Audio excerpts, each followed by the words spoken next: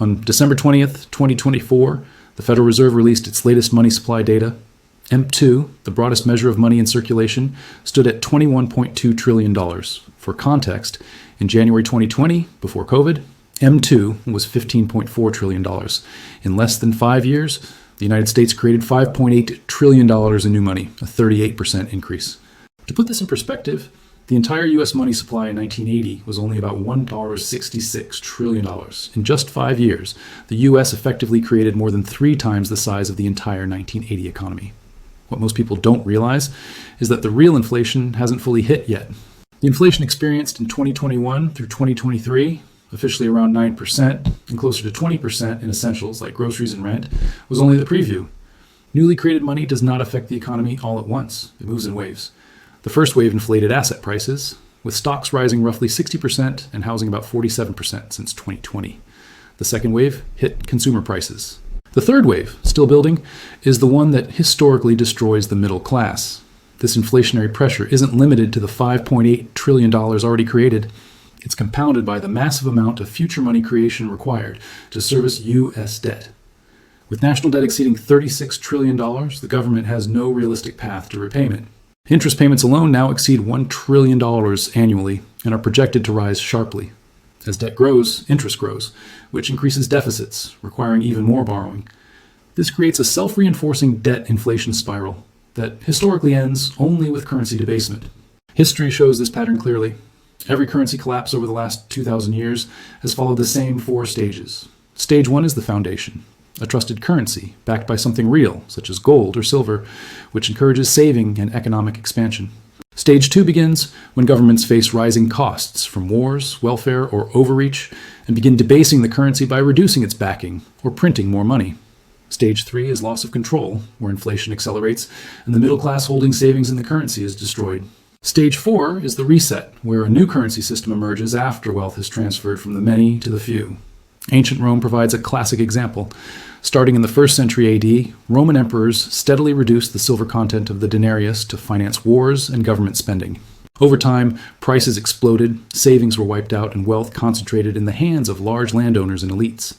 By the time currency reforms were attempted, the Roman middle class had been destroyed, weakening the empire beyond repair. Weimar Germany followed the same pattern on a much faster timeline. After World War I, Germany printed massive amounts of money to pay reparations. Between 1921 and 1923, the mark collapsed, prices rose at unimaginable rates, and middle-class savings were annihilated. Those holding real assets or debt benefited, while savers and wage earners were ruined. The social trauma of this event reshaped German politics for decades. The United States entered this pattern decisively in 1971, when President Nixon closed the gold window and ended dollar convertibility into gold. The dollar became a pure fiat currency, allowing unlimited money creation. The 1970s saw high inflation and declining purchasing power, while asset holders benefited. Since then, wealth inequality has steadily increased, with asset ownership becoming the primary protection against inflation. Today, the U.S. is deep into Stage 3. Money supply expansion, rising deficits, declining foreign demand for U.S. treasuries, and exploding interest costs are forcing the Federal Reserve toward increased debt monetization. The government effectively has 3 choices: cut spending, raise taxes dramatically, or print money. The first 2 are politically impossible. The third, printing money, is the only viable option, and it guarantees sustained inflation. This inflation disproportionately harms the middle class. Wages grow slowly while prices rise rapidly.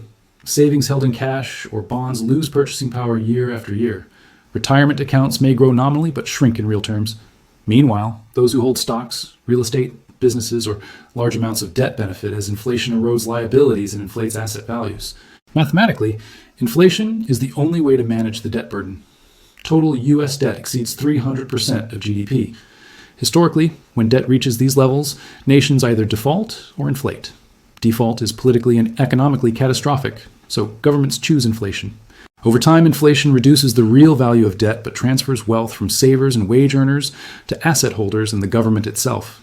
Looking forward, history suggests 3 possible outcomes: gradual currency replacement, hyperinflation, or financial repression through capital controls and forced investment in government debt. The most likely scenario is a combination: persistent high inflation, partial loss of reserve currency status, and reduced purchasing power for the average American. By 2040, the dollar may retain its role domestically, but at a fraction of today's value. This process will not feel like a sudden collapse. It will feel like running in place while prices rise faster than income. Nominal wealth will increase, but real purchasing power will steadily decline. This is how currencies fail, not overnight, but slowly enough that most people done TI understand what OS happening until the damage is irreversible. History doesn't lie. Unpayable debt is never paid. It is inflated away. And inflation always sacrifices the middle class first.